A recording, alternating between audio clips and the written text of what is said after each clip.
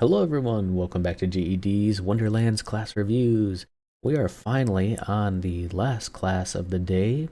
Took a while for me to finally get to the Stabbomancer down here, but they are sneaky crit hit focused assassins who summon magic whirling blades to the battlefield. Let's check out their little bio. The old stabby. Stabbomancers are sneaky, critical hit focused assassins who summon magic whirling blades to the battlefield and disappear in the shadows at will. Look, stabbomancy isn't really its own school of magic. It's a way of thinking. Specifically, how do I stab that guy? Up close with a dagger in the dark, a well-aimed bullet from afar, or even ethereal psychic ghost sword. The thing is, stabbomancers are all about creating and capitalizing on opportunities. Jack of all trades, masters of none, the skillful stabbomancer exploits a foe's weakness to stealthily strike vital targets to bring enemies down before they know what hit them. Okay, so in line with Zero, Flak, all the kind of sneaky fadeaway type champions that focus on crit or other mechanics related to being stealthy, this is the class for you. Now their passive class feat here is Dirty Fighting. The Fate Maker's critical hit chance is increased. How much of a percent this is yet to be determined, but if it's anywhere between like, I would say if it's anywhere between like 6 to 10% bonus crit chance, wow, they're going to be super strong either as a primary or a backup to almost any class in the game. All right, their action skills. Ghost Blade. The Fate Maker throws out a Ghost Blade which spins in place at the target location, dealing melee damage, periodically to enemies based on the equipped melee weapon. Pressing the action skill while the Ghost Blade is active causes it to teleport to the target location and reduce its remaining duration. So it's kind of like an AoE dot that you can move around as you have it out. That's pretty cool. So it does melee damage. If you're a pure melee build, like, I don't know, maybe comboing with a Clawbringer or a Berserker and you got those melee buffs, this could be a really, really potent AoE nuke when you get kind of later levels for those classes, or the Stabbomancer itself. I like it. Next up, from the shadows.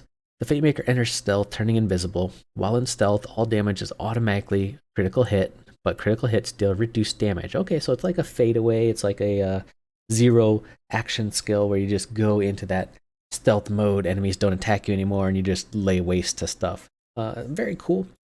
The stealth mechanics in Borderlands 3, 2, 1, all of them, they've always been really, really strong. So Stabbomancer, here you go. That is a class with a lot of potent action abilities right there. Passive skills. Tier 1, Arsenal. Melee damage is increased. Okay, so it's going to buff your action skill up there.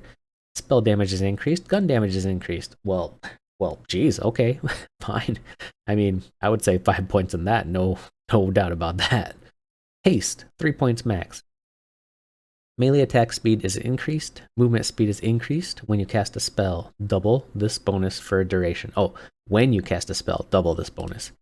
Okay, so melee attack and movement speed after a spell. Yeah, maybe. I feel like this ability would be more of like a pairing to another class rather than on its own, because this one kind of trumps it, but we'll see. Potent poisons, status effect damage is increased. Status effect duration increase. Yeah, that's also kind of a, I want to say it's a play on another class, because status effects, if you want to like really drop a lot of status effects, I would say you'd go like a Graveborn, or maybe a spell shot for max status effects, but you never know. Tier 2, follow-up. Whenever the Fate Maker deals gun damage to an enemy, increase the attack damage of your next melee attack. This effect can stack. Melee attacks consume all stacks. Oh, that is... Oh, wow, okay. So you shoot stuff, and then you run in and stab it for a big boost of damage. Definitely pairs well with like a Berserker or a Clawbringer, where you're running up and using that melee weapon. So this by itself, melee damage has yet to prove itself. So we'll see how melee damage turns out in the end. Swift Death. While moving, the Fate Maker gains increased damage dealt. The faster the Fate Maker moves, the greater the bonus. So if you like to strafe left and right, or if you like to charge in, you deal extra damage. It's pretty cool. It's definitely like a Zane ability. Exploit their weakness. Whenever the Fate Maker applies a status effect to an enemy, the affected enemy takes increases damage from all sources. Ooh, all sources. This effect can stack per unique status effect.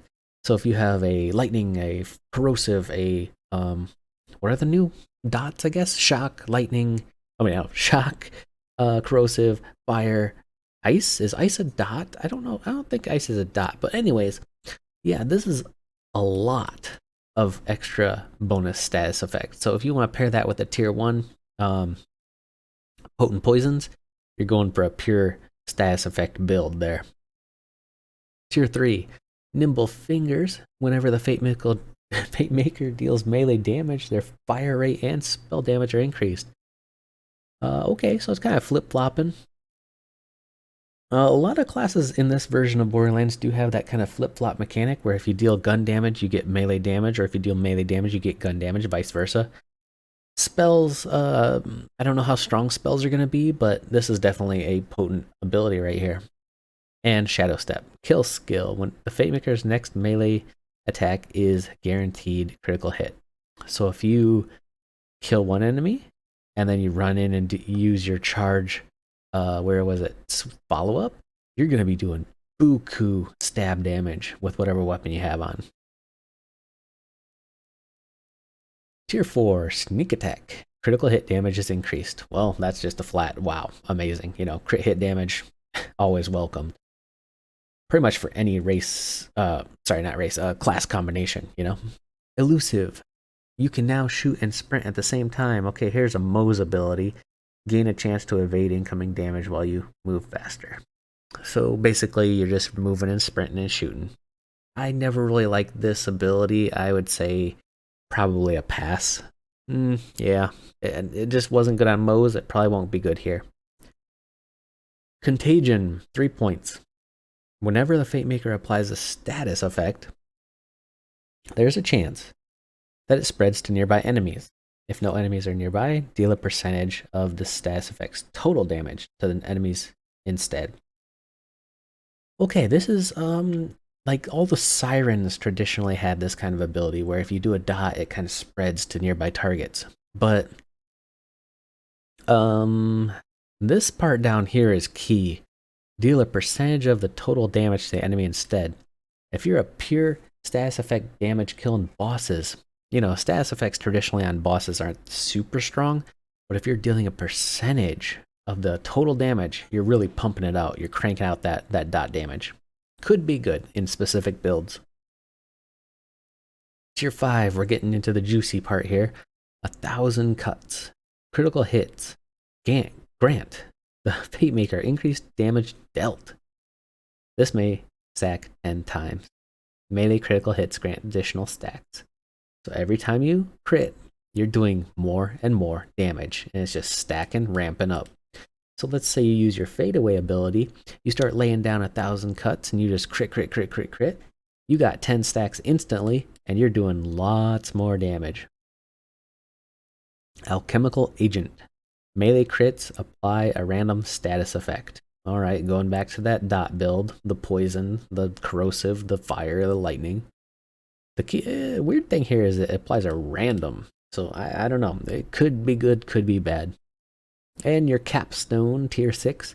Executioner's Blade, 1 point max, gun, and spell, critical hits. Have a chance to create an ethereal blade above the target that will impale them after a short delay. Ethereal blades deal melee damage based on your melee weapon. I don't know how this is going to play out. I mean, traditionally spells and abilities that kind of fall and do their thing could miss the target, theoretically, if they're like jumping around or moving. For bosses, not so much because they're large targets, but This is kind of a mixed bag here. I don't know what to think about Executioner's Blade till we see the final maximum damage on Ethereal Blade and the delay before it falls onto them. Could be amazing, could be semi-average, but all in all, the Stabbomancer here, he has a lot going for him. Pairs well with every class with that crit hit chance. You can kind of go a gun, melee, dot build, whatever you want to go. I really like it, and I think the Stabbomancer has a place in almost any build, really, if you want to include him in there.